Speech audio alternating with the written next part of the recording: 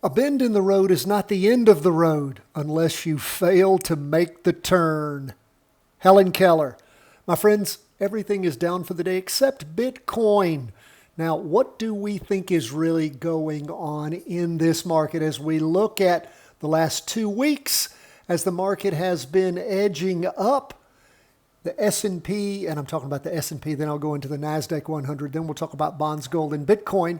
But we see where we had the prior high, and we have to go back on the S&P to the 27th of October. We have a Fed meeting this week, right? We hear there may be an interest rate reduction, maybe not. And the market is sort of just hanging here, waiting for a catalyst to either crank it up further or nosedive it. And we're going to see what happens. Down a little bit for the day. You can see where volume's been off since that big plunge. And then the market tried to recover a little bit. We've not hit the prior high from back on the 3rd of October, so that week. So we will continue to watch. Maybe it'll edge up a little. You can see where it popped up with some enthusiasm on Friday morning and then backed off on Monday. So what is going on? Well, it's still edging up. We see green candles, but we don't have volume backing that up. So we are what here? We are cautiously optimistic, but again, ready to go with the down move. Now we're at the Qs. What's going on with the NASDAQ? It's down 0.19% for the day. Not much. You can see where it ranged around going up in the morning and then pulled over in the afternoon. Now, these are Heikin-Ashi candlesticks, not your typical high open, low close. It's giving us the average pace. It takes out a whole lot of that volatility so we can see what's really going on. You can see we had okay volume in the morning and afternoon. We look at where things are with the Friday, Monday, 2-day candle etching higher. Not a lot starting off the week with as far as the weekly candle goes, but we did hit average last week as things moved up.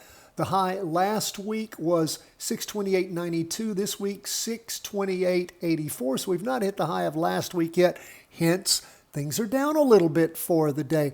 The prior high that we had back on, we had a nice up move on the 27th of October, the week beginning then, 637.01. And we haven't hit that again yet, close to the high today, 628.84. So we've got a few dollars to go to get up to 637.01 versus 628.84. So what's going to happen? Again, waiting to see what the Feds are going to do. Everything seems to be just sort of contingent on that. What are they going to do to drive the market up or down?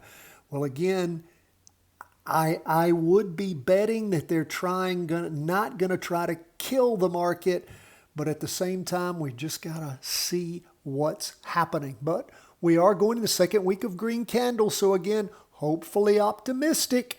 What do we see happening with 20-year U.S. government bonds? Well, they were down for the day, 0.33%.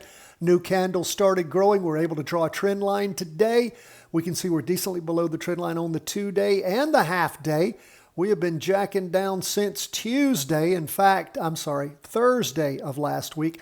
We had that big down move last Monday, the 1st of December. Things tried to recover a little bit on Wednesday and then again rolled back down. So we are bearish on bonds at this point. So stocks are telling us one thing, bonds are telling us another. What is gold telling us? Gold down a little bit for the day, 0.26, but staying above the weekly trend line on the 2-day and the half-day, green spinning top on the 2-day. But again, not any volume here to back up any of the movement. We have to go all the way back 27th of October on the 2-day chart with a down candle where we have average volume. So again, you can see here on the half day where we're hitting average volume several times. But on the weekly, again, have to go all the way back to the week beginning the 27th of October. Same that Monday, Tuesday, 2-day candle, 27.28. That's when we had average volume, and that was in a down move. Haven't had it in any of this up moves if things have been ticking up in gold. We see green candles going back to the first one after the 2 red down candles, the 10th of November, then a decent candle on the 24th. Last week, beginning the week on the 1st of December. This week, not reaching that prior high of last week, nowhere near the topper at 403.30 that week beginning the 20th of October. And after that, things pulled off. So the high so far, 387.24. And again, pulling back a little bit. Gold may be a safe haven if indeed we see the stock market get stung. Then we may see gold, in fact, continue to move down. It may be a safe haven, maybe move up. If the stock market doesn't get stung, we may see gold continue to move down. So we will, again, so much of this stuff is up in the air. Don't typically pay a whole lot of attention all the way around to just what the Fed is up to, but the market seems to be looking to price in whatever the Fed does big time. Again, I can't imagine the Fed trying to kill the market before Christmas, but stranger things have happened. Again, gold going down, everything down, except for what? Bitcoin. And Bitcoin typically does what the market does. It's a little up for the day, 1.66%. We do see it breaking that trend line of last week, just the first day, but we have a doji. And we look at the 2-day volume, it's a doji. The last 2-day candle representing Wednesday and Thursday of last week, 3rd and 4th of December, was a green up candle that pierced the weekly trend line. We've stayed above it, but again, you can see where things pushed through on Tuesday the 2nd and Wednesday the 3rd, and then slowly rolling over, but still staying above the weekly trend line. So we'll keep an eye on things.